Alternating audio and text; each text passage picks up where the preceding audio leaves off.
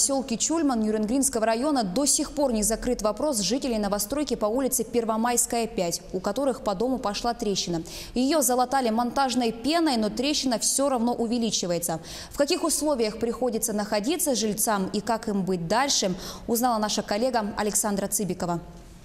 По программе переселения из ветхого аварийного жилья в ноябре прошлого года семье Набокиных выделили квартиру в новостройке. С момента заселения в ней были обнаружены трещины. А уже с декабря, когда щели заметно расширились, хозяйка дома Марина Викторовна обратилась в администрацию поселка. Пришел ответ от главы поселения Сталика Дерягина. Он отписал БУКу и спецстроймонтаж, кто производил строительство. Никто ничего не устранял, ничего не делал. Поэтому в апреле месяце я опять обратилась уже в БУК, чтобы они устранили недостатки.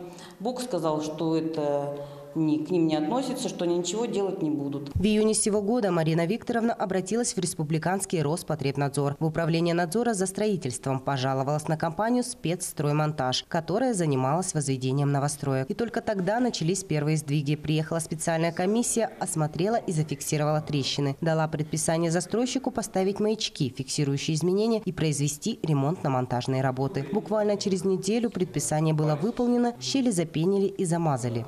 Здесь все точно так же. Вот стоит маячок установленный. И вот так же идет трещина. Вот прям как шла по плите. Тут стык плит идет. Вот шов видно, то, что уже вываливается, шов начинает. У жильца этажом ниже Николая Владимировича также были проведены ремонтно-монтажные работы. И за этот небольшой период, по данным маячков, уже зафиксировано расхождение в 3 мм. По предположению жителей дома, трещина пошла с подвального помещения и уже сейчас разошлась по всем этажам. Мы не жаловались, не все ждали. Вот замазали, и опять все пошло по-старому.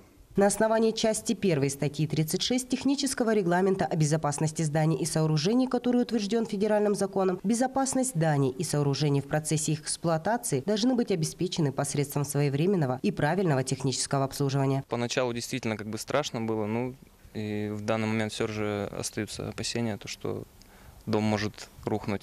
Как уверяют в администрации поселения, с мая месяца они работают над этим вопросом. После полной диагностики дома выявлено, что в фундаменте трещин нет. Но при строительстве по земельному отводу к кадастровому номеру дом попал на коренные породы. Поэтому была проведена выемка грунта, вследствие чего фундамент получился не монолитный, а сборный, примыкающийся друг к другу. Возможно, это и явилось причиной появления трещины. У нас есть маневренный фонд, по крайней мере, эти жители этого подъезда, вот этой половина левой половины, на улице не останутся. То есть мы примем все меры к заселению, расселению этих жителей. Месяц назад был заключен договор между застройщиком и Якутским научно-исследовательским институтом по выработке рекомендаций для устранения данной проблемы, которые будут выданы 15 сентября. Мы будем следить за развитием событий. Александра Цыбикова, Аяла Мосов, Нюрнгрин.